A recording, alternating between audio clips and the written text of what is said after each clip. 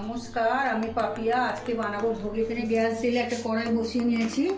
4টে এলাচ, দারচিনি, লবঙ্গ, গোটা বড় সাইজের একটা এলাচ, 2টো শুকনো লঙ্কা, 1 চামচ মতন জিরে। এটা আমি শুকনো কড়াই ভেজে নেব। একটা যখন খুব সুন্দর গন্ধ বেরোবে তখন এটা বুঝতে হবে যে এটা ভাসাটা ভাজা হয়ে গেছে। 2-4 মিনিট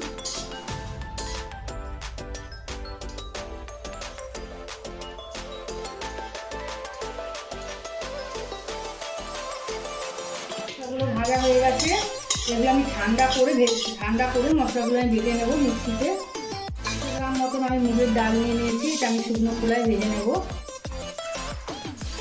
ডালটা ভেজে নেবো। যখন ডালটার মধ্যে একটা সুন্দর গন্ধ বেরোবে আর লাল কালার এসে যাবে তখন বুঝে নিতে হবে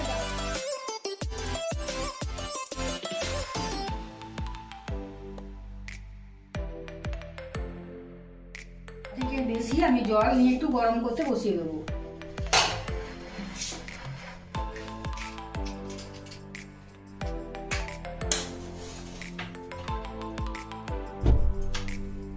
আমি ঢাকা দিয়ে দিয়েছি গরম করার জন্য। উষ্ণ গরম করে নেবো জলটা। এদিকে ডালটা দেখুন আমার প্রায় ভাজা হয়ে গেছে। ডালটা লাল ভাব চলে এসছে আর সুন্দর একটা গন্ধ বেরিয়ে গেছে।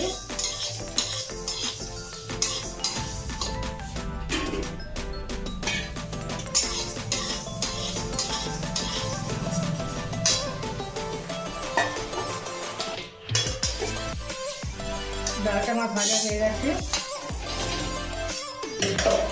ডালটা আমি ধুয়ে নেবো একটুখানি ভালো করে জল দিয়ে।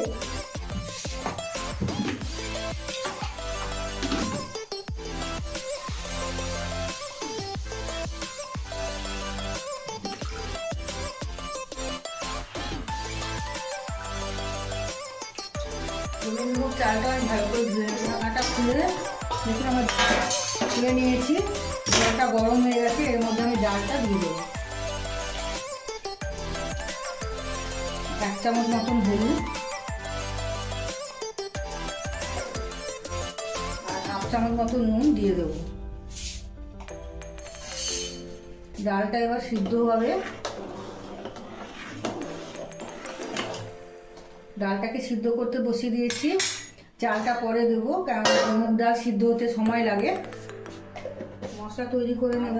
6টা মতন কাঁচা লঙ্কা আর ধনে দিয়ে আমি একটা মশলা পেস্ট তৈরি করবো মিক্সিতে।